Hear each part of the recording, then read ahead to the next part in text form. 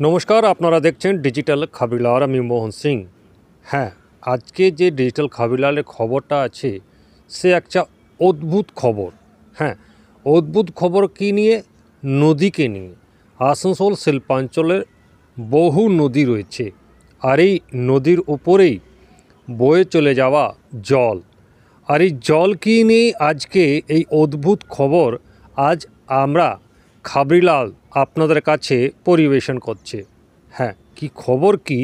একটা কাহাবত আমরা শুনি যে উল্টি গঙ্গা বহনি শুরু হয়ে গই। হ্যাঁ, আসানসোলে নদীর যে প্রবাহ সে উল্টো পথে চলছে, এমনটাই দৃশ্য দেখা গেল। হ্যাঁ, একটা অদ্ভুত দৃশ্য, কিন্তু এমনটাই দৃশ্য। আসানসোল শিল্পাঞ্চলের দামোদর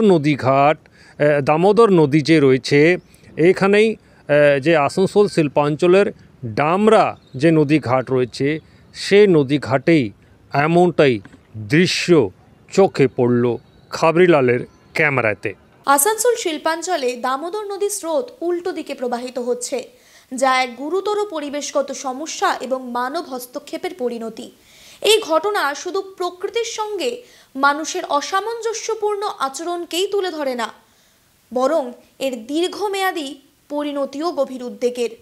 কারণ দামোদর নদীর প্রবাহ পরিবর্তনের প্রধান কারণ হল বালি উত্তোলনের অতি ব্যবহৃত এবং অবৈজ্ঞানিক পদ্ধতি।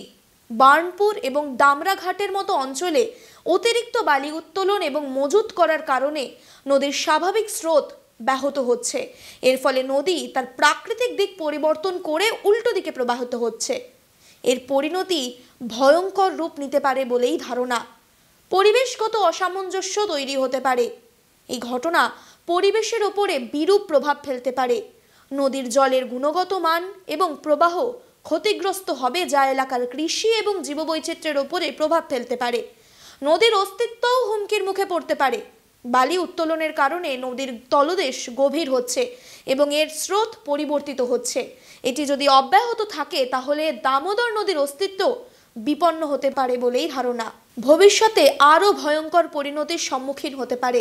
জলস্তরের ঘাটতি, ভূগর্ভস্থ জলের সমস্যা এবং বন্যার মতো প্রাকৃতিক দুর্যোগের ঝুঁকি পর্যন্ত বাড়তে পারে।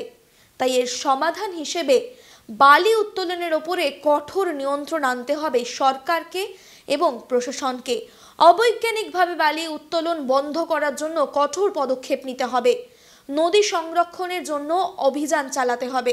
স্থানীয় মানুষকে সচেতন করতে হবে। নদী রক্ষার জন্য সম্মিলিতভাবে উদ্যোগ নিতে সচেতন করতে হবে। ক্ষতিগ্রস্ত এলাকায় বালি উত্তোলন নিয়ন্ত্রণ এবং বিকল্প পদ্ধতির জন্য প্রচার করতে হবে। যদি আজ সচেতন না হওয়া হয় তাহলে কিন্তু ভবিষ্যতে এই সমস্যাগুলি আরো বড় বিপদ ঘনিয়ে আসতে পারে, আরো চ্যালেঞ্জিং হয়ে উঠতে পারে এই পরিস্থিতি। প্রকৃতির সঙ্গে ভারসাম্য বজায় রাখা সকলের দায়িত্ব। তাই সচেতন নাগরিক হিসেবে এই দায়িত্বকে যথাযথভাবে পালন করতে হবে। দেখলেন তো কি অদ্ভুত পরিদর্শন, যে নদীর যে উল্টে গতিতে বয়ে চলা। হ্যাঁ, এমনই দৃশ্য আমরাই করে দিয়েছি, এবং এখনও যদি আমরা সতর্ক না হই তাহলে আরও ভবিষ্যৎ খারাপ হতে পারে এই নদীকে নিয়ে। দেখতে থাকুন ডিজিটাল খাবরিলাল। খবর আপনাদের, নজর আমাদের। ডিজিটাল খবরিলাল, খবর আপনাদের, নজর আমাদের।